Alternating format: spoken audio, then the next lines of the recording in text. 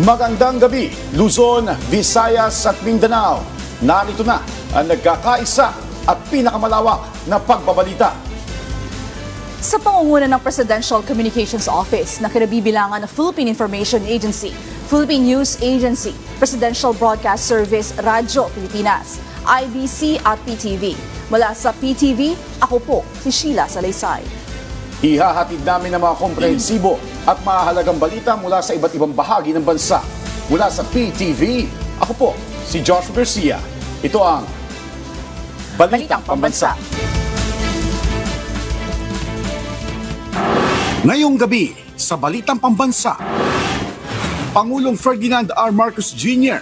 muling pinangunahan ang kampanya ng mga administration bets sa Dumaguete City. Mga sundalo, hinamon ni Pangulong Marcos Jr. na tiyakin ang maayos, mapayapa at matagumpay na hatol ng Bayan 2025 midterm elections. Nakararaming Pilipino patuloy na sinusuportahan si Pangulong Marcos Jr. at ang kanyang administrasyon ayon sa pinakahuling Okta Research Survey. US State Department kinundina ang dangerous maneuvers ng helicopter ng China, nangako ng patuloy na suporta sa Pilipinas. Benham Rice, kailangang pangalagaan at bigyan ng sapat na seguridad ng pamahalaan dahil sa potensyal na pwedeng pagkunan ng enerhiya ayon kay Chief Presidential Legal Counsel Juan Ponce Enrile. Habang sa Camarines Sur, mahigit 18,000 magsasaka na kinabang sa patubig ng National Irrigation Administration. Una po sa ating mga balita, dinaluhan ni Pangulong Ferdinand R. Marcos Jr. ang panunumpa ng mga bagong promote na general at opisyal ng Armed Forces of the Philippines. Dito ay muli siyang nanindigan sa ating karapatan sa West Philippine Sea. Pinasisiguro din ng Pangulo sa AFP na mapangalagaan ang demokrasya ng bansa sa nalalapit na halalan. Ang detalye sa Balitang Pambansa ni Kenneth Pasyente ng PTV Manila. Ilang buwan bago ang hatol ng Bayan 2025, nagbigay direktiba si Pangulong Ferdinand R. Marcos Jr. sa Armed Forces of the Philippines na tiyakin na magiging maayos ang electoral process sa Mayo. Giit ng Pangulo, dapat matiyak na magiging maayos at mapayapang maidaraos ang eleksyon. Ipinunto niya na hindi dapat mabigo ang mga Pilipino na mabigyan ng isang credible na halalan lalo't sumasalamin niya ito sa demokrasya sa bansa. Once again, we find ourselves at the critical juncture where we have to preserve not only the integrity of our election, but the very ethos of our democracy. As a nation that deeply values and honors our right to vote, we are counting on the armed forces to ensure a peaceful, credible, and orderly conduct of the electoral process that Filipinos expect from us.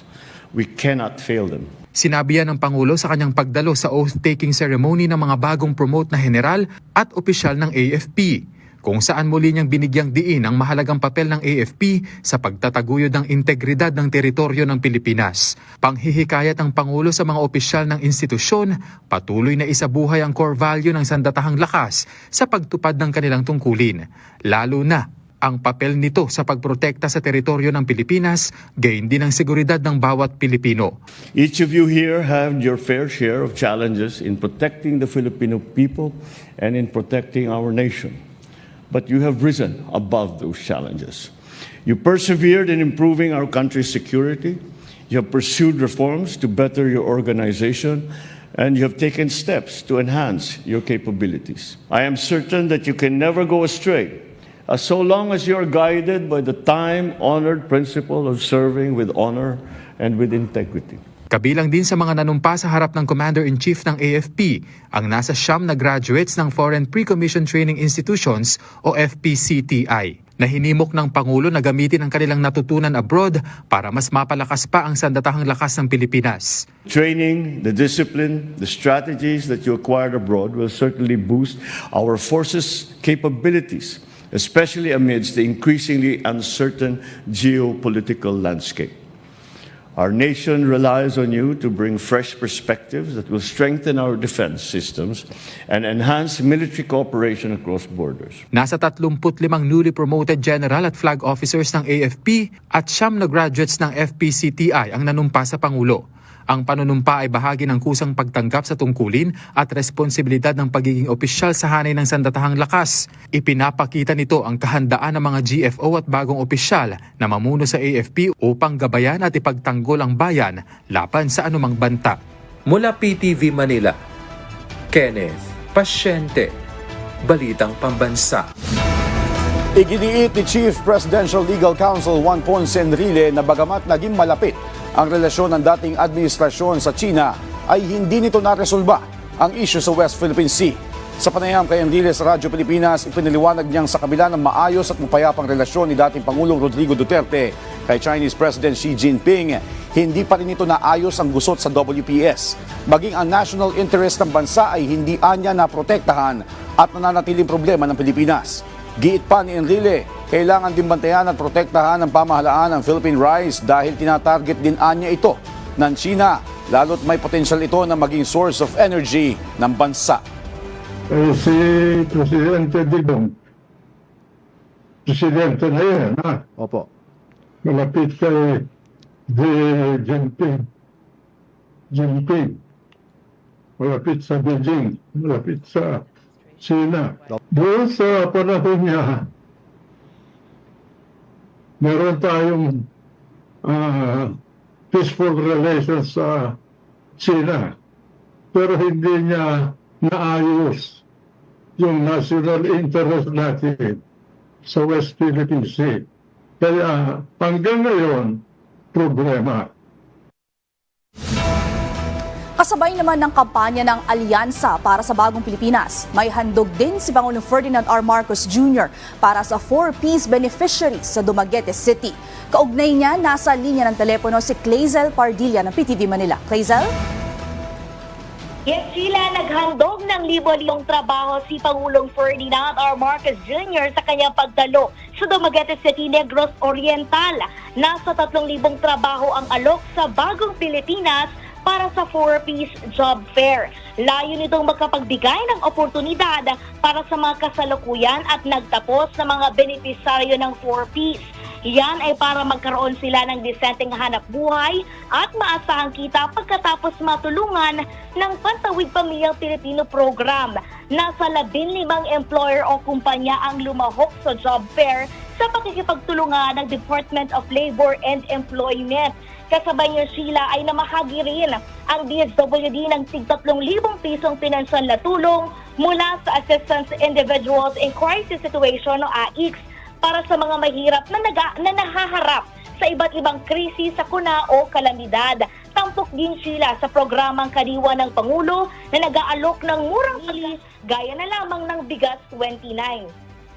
Sabi ni Pangulong Marcos, ginawang one-stop shop ang mga programa ng pamahalaan sa isang lugar para hindi na mahirapan at matulungan ang mga mahirap na pamilya na mailapit ang magagandang programa ng pamahalaan upang maibsan ang pasanin ng ating mga kababayan. Ang hakbang na ito, ayon kay Pangulong Marcos, ay nagpapakita na hindi nakakalimutan ng Bagong Pilipinas ang kapakanan at kinabukasan ng ating mga mamamayan.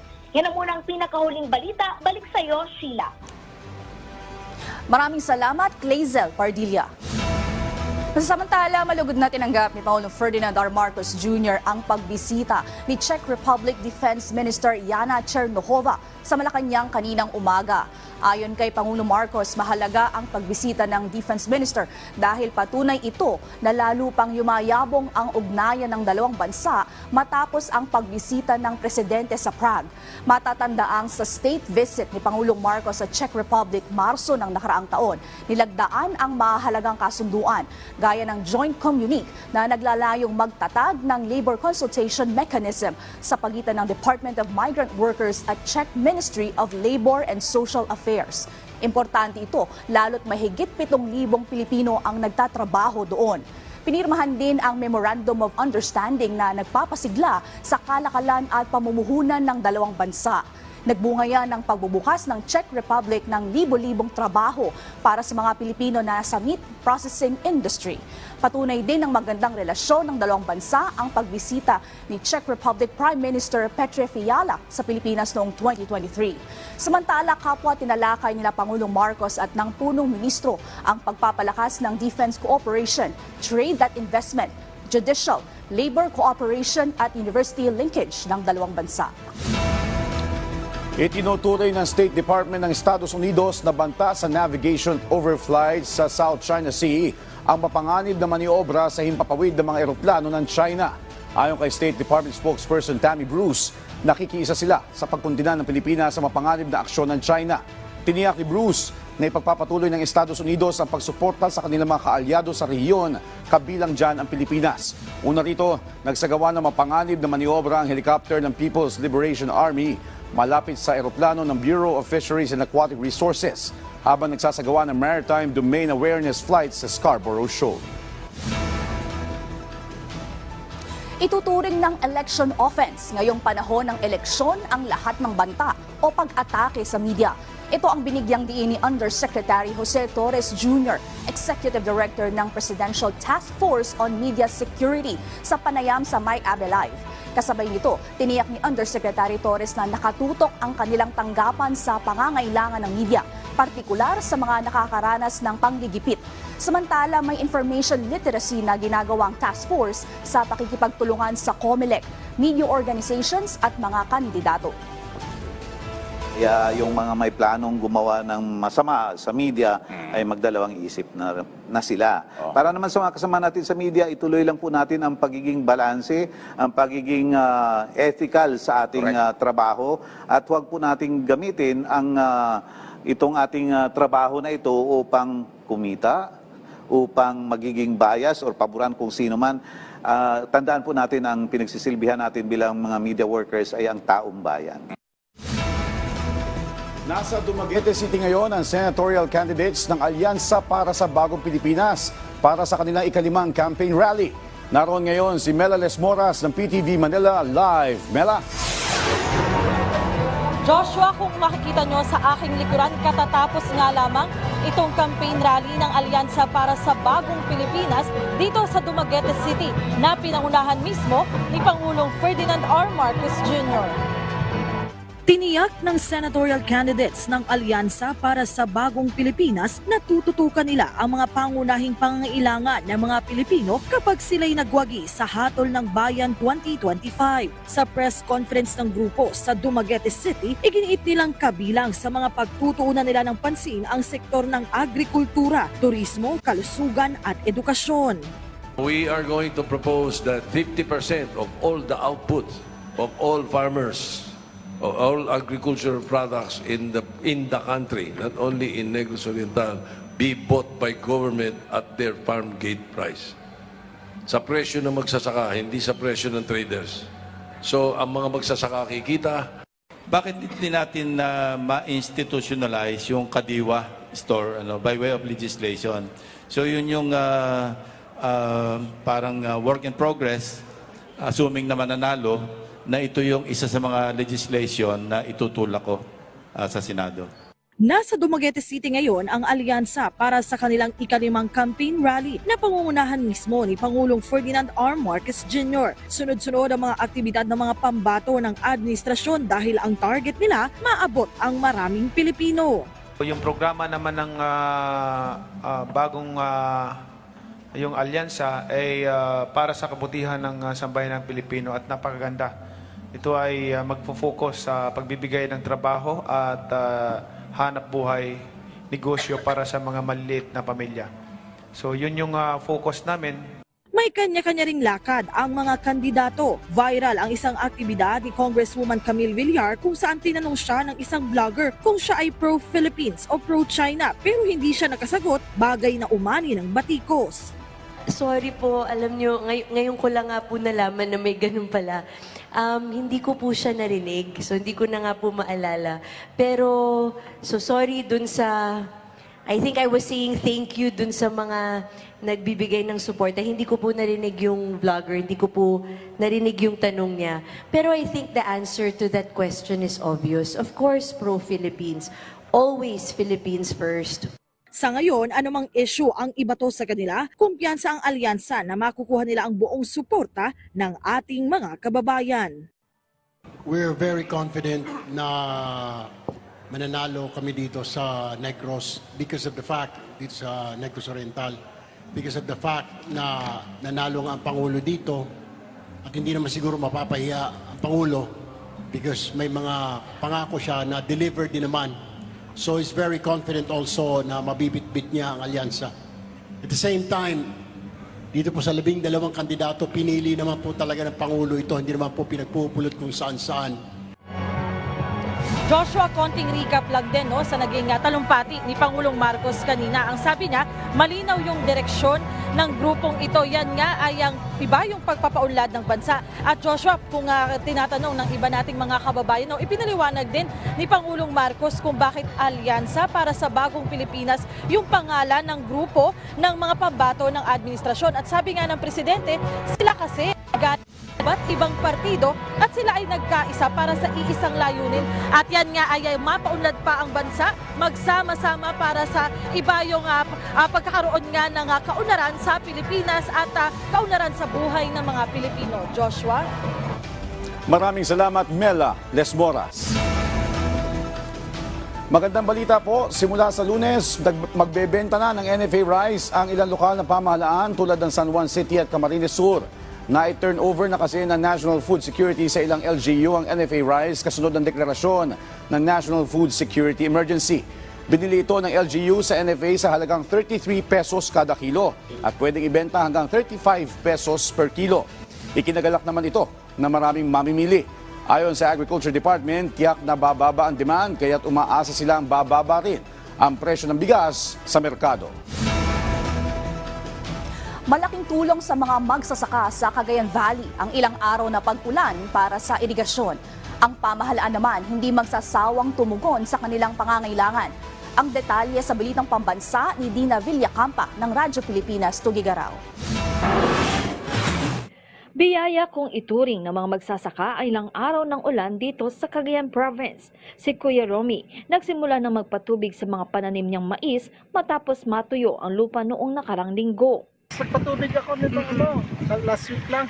Malaki tulong po yung pagkaan ng shoreline ko. Ayon sa Department of Agriculture Region 2, malaking tulong ito sa mga magsasaka para sa mga tanim nilang mais at palay dahil madadagdagan ng tubig sa mga irigasyon. Tiwala ang kagawaran na makababawi ang mga magsasaka sa tulong na rin ng pamahalaan, lalo't malaki ang nawala sa produksyon nila dahil sa mga bagyo noong nakarang taon. With interventions na pinano po natin for our farmers here in Region 2, we expect na abot po tayo ng 3.1 million metric tons. Kabilang sa mga ipinamamahagi ng DA ay binhi at abono para sa mga palay at vegetable seeds, pamalit naman sa mga nasiryan nilang pananim.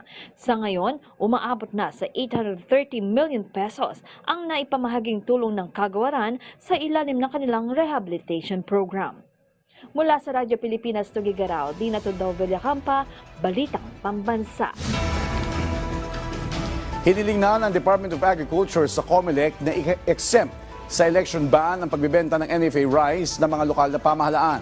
Kasunod ito ng deklarasyon ng National Food Security Emergency sa bansa. Ayon kay Agriculture Secretary Francisco Tiu Laurel Jr., magpapadala sila ng liham sa COMELEC para opisyal na ipaalam ang programa sa pagbibenta ng NFA rice. Batay sa huling datos, 67 lokal na pamahalaan na ang nais magbenta ng NFA rice sa kanilang lokalidad. Umabot na sa 1,899 ang naitalang kaso ng dengue sa Quezon City. Batay sa ulat ng Quezon City Epidemiology and Surveillance Division, mula January 1 hanggang February 17, 2025, 11 na ang naitalang nasawi dahil sa dengue. Kabilang sa mga palatandaan ng dengue ang biglaang lagnat, pananakit ng ulo at tiyan, pamamantal o rashes at panghihina ng katawan. Muli namang nanawagan ang lokal na pamahalaan sa mga residente na mag-ingat at huwag baliwalain ang mga sintomas nito. Nag-resign na bilang Acting Secretary ng Presidential Communications Office si Cesar Chavez. Pero sa kabila nito, tiniyak ni Chavez na mananatili siya nakasuporta sa kasalukuyang administrasyon. Ang detalye sa Balitang Pambansa ni Kenneth Pasyente ng PTV Manila. Nagbitiw sa pwesto bilang Acting Secretary ng Presidential Communications Office o PCO si Cesar Chavez. Sa kanyang pahayag, nagsumiti siya ng kanyang irrevocable resignation noong Pebrero 5 na epektibo sa katapusan ng buwan. Sa kanyang pag-alis sa pwesto, isa raw sa kanyang pinanghihinayangan na hindi anya lubos na natugunan ang mga bagay na inaasahan sa kanya. Bilang isang dating mamamahayag, binigyang diin ni Chavez na kailangan niyang ipahayag ang totoong dahilan ng kanyang pagbibitiw sa pwesto. Binigyang diin niya na mula nang siya ay magsilbi sa administrasyon, palagi anya siyang naglilingkod sa pinakamahusay na pamamaraan. At ngayon, aalis daw siya ng may sigasig at pasasalamat at pag-asa para sa mas maliwanag na kinabukasan ng bansa. Gayunman, mananatili raw na nakasuporta si Chavez sa kasalukuyang administrasyon kasabay ng kanyang pagpapatuloy sa public service. Nagpasalamat din ito sa Pangulo sa pagkakataong magsilbi na isang karangalan anya dahil sa tiwalang ibinigay ng punong ehekutibo. Bagaman hindi pa kinukumpirma ng Malacanang, nakausap na raw ni Chavez ang veteranong mamamahayag na si Jay Ruiz at sinabihan ito na ipapakilala siya sa PCO Mancom sa Lunes bilang pagsisimula ng transition sa paghalili nito bilang kalihim ng PCO. Matatandaang naitalaga si Chavez bilang acting secretary ng PCO noong Setyembre ng nakaraang taon. Nagsilbi din siya bilang Undersecretary for Railways ng Transportation Department sa ilalim ng Marcos Jr. administration. Mula PTV Manila, Kenneth Pasyente, Balitang Pambansa. Mas dumami pang mga Pilipino ang nagpahayag ng kanilang suporta sa Administrasyong Marcos kumpara sa nakaraang Administrasyong Duterte. Base sa tugon ng masa survey ng Okta Research, 36% ng adult Filipinos ang pro-Marcos administration, habang 18% naman ang pro-Duterte. 26% naman ng mga sumagot ng survey ang nagsabing hindi nila suportado ang alinman sa dalawang lider. 12% naman ang piniling hindi sumagot. Meron itong plus-minus 3% na margin of error at 95% na confidence level. Nasa 1,200 na 18 pataas ang edad sa buong bansa ang naging respondent ng nasabing survey na isinagawa mula January 25 hanggang January 31, 2025. Binuksan na ang konkretong access road sa Lanao del Norte na makatutulong para magkaroon ng maginhawang biyahe ang mga magsasaka. Ang detalye niyan sa Balitang Pambansa ni Lu Antonio ng PIA Iligan City, Lanao del Norte. Matapos ang mahabang panahon ng paghihintay, natupad na ang matagal ng minimithi ng mga magsasaka ng niyog at residente ng Barangay La Libertad, Pulang Yuta, Tulatulahan at Tipolo sa bayan ng Kapatagan, pati na rin ng Barangay Calube sa Sultan Naga de Maporo, Lanao del Norte. Opisyal na pinasinayaan ang 1.8 kilometrong konkretong access road na magbibigay ng mas mabilis, mas ligtas at mas maginhawang biyahe para sa daan-daang pamilya at magsasaka. Target ng sementadong daan na ito na mabago ang buhay ng 1,224 na pamilya o tinatayang 4,964 na individual, lalo na ang 871 na magsasaka ng niyog na ang pangunahing kabuhayan ay ang paggawa ng uling at kopra. Dati, inaabot ng 2 oras ang biyahe papunta sa sentro ng bayan, ngunit ngayon, dahil ang daan ay sementado na, bumaba na ito sa 30 hanggang 45 minuto lamang. Kini nga dalan dili lang simento, kundili usa ka agianan alang namong mga mag-uuma, usa ka dalan padulong sa kalabuan ug usa ka agianan padulong sa masahayag nga kaugmaon sa mga katawhan. Ang proyektong ito ay naisakatuparan sa pamamagitan ng Rural Agro Enterprise Partnership for Inclusive Development o Rapid Growth Project na pinangunahan ng Department of Trade and Industry, katuwang ang Department of the Interior and Local Government at lokal na pamahalaan ng Kapatagan. Mula sa Philippine Information Agency Iligan City, Lanao del Norte, Du Antonio para sa Balitang Pambansa. Buwis na tapat, tagumpay nating lahat. Ito ang naging tema ng tax campaign kickoff ng Bureau of Internal Revenue ngayong taon. Kung matatandaan, buong pagmamalaking ibinahagi ni Pangulong Ferdinand R. Marcos Jr. na umabot ng halos 3 trilyong piso ang nakolektang buwis noong nakaraang taon.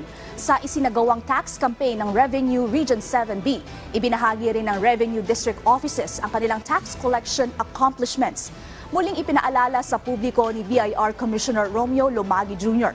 ang tamang pagbabayad ng buwis dahil malaki ang ambag nito sa pagpapaunlad ng bansa. Target ng BIR na gawing mabilis ang pagbabayad ng buwis sa pamamagitan ng digitalization.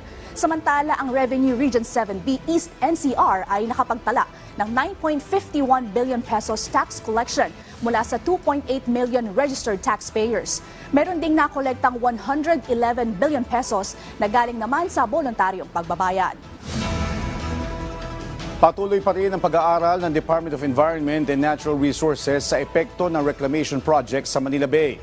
Ayon kay DENR Secretary Maria Antonia Yulo Loizaga, mahalagang masunod nila kasama ng 12 pang ahensya ng pamahalaan ang mandamus ruling ng Korte Suprema na ibalik ang tubig ng Manila Bay na pwedeng mangisda at mag-swimming. Batayan niya sa mga isinumiting pag-aaral ng iba't ibang ahensya ng pamahalaan, talagang maapektuhan ng reclamation projects ang sirkulasyon ng tubig. Pinuna rin ni Loizaga na karamihan sa mga development plan para sa reclamation ng Manila Bay ay hindi nakasama sa flood management plan ng mga lokal na pamahalaan. Binigyan diin ni Loizaga na kailangan may plano ang developer at ang partner nilang LGU kung paano mapapangalagaan ang kabuhayan ng mga komunidad na nakapaligid sa reclamation site tulad na lang ng mga mangingisda. Nanawagan ng dasal para kay Pope Francis ang CBCP o Catholic Bishops Conference of the Philippines. Hinimok ni CBCP President at Caloocan Bishop Pablo Virgilio Cardinal David ang publiko na ipagdasal ang agad na paggaling ng Santo Papa. Nananatili sa ospital si Pope Francis dahil sa pneumonia. Sa kabila nito, inilarawan ng mga doktor si Pope Francis na in good spirits at panay ang pasasalamat sa lahat na nagdarasal para sa kanyang agarang paggaling. Mahigit 18,000 magsasaka sa Camarines Sur na kinabang sa patubig ng National Irrigation Administration. Ang detalye sa Balitang Pambansa ni Vanessa Nieva, PAS ng Radyo Pilipinas Naga. Laking tulong sa mga magsasaka ng Camarines Sur ang patubig na ito ng National Irrigation Administration ngayong dry season. Sa panayam ng Radyo Pilipinas Naga kay Engineer Jesse Bainas, manager ng Camarines Sur Irrigation Management Office, umabot sa kabuuang 30,570 hektarya ng sakahan ang napatubigan. Bali, based po sa hawak kong record, base po dito sa dry season for 2025, kita ko dyan ng 30,570 hectares na irrigated po yan. Kabali po dyan, ma'am, yung sa National Irrigation System, which is 13,498 hectares. And yung sa Communal Irrigation System, 17,072 hectares. Pinakamalaki anya na sakahan na napatubigan ng NIA CSIMO ay sa Rinconada Integrated Irrigation System na umabot sa 6,270 hektarya. Sakop nito ang mga bayan ng Baaw, Baton, Nabwa, Bula, Pili at lungsod ng Iriga.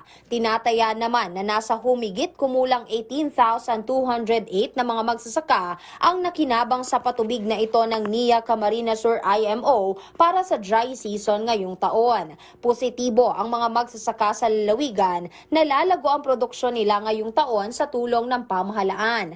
Ang mga ganitong inisyatibo ay bahagi lamang ng direktiba ni Pangulong Ferdinand Marcos Jr. na tulungan ang mga Pilipinong magsasaka. Mula sa Radyo Pilipinas Naga, Vanessa Nieva, PAS para sa Balitang Pambansa. At dyan po nagtatapos ang 30 minutong ulat sa bawat sulok ng bansa. Samahan nyo kami muli mamayang alas 9:30 ng gabi para sa updated at pinalakas pang balitaan. Mula sa PTV, ako po si Joshua Garcia. Ito ang pinalawak na puwersa sa pangunguna ng Presidential Communications Office, kabilang ang Philippine Information Agency, Philippine News Agency, Presidential Broadcast Service, Radyo Pilipinas, IBC at PTV. Mula sa PTV, ako naman po si Sheila Salaysay. Hatid sa inyo ang komprehensibong paghimay sa mahalagang usapin dito lang sa Balitang Pambansa.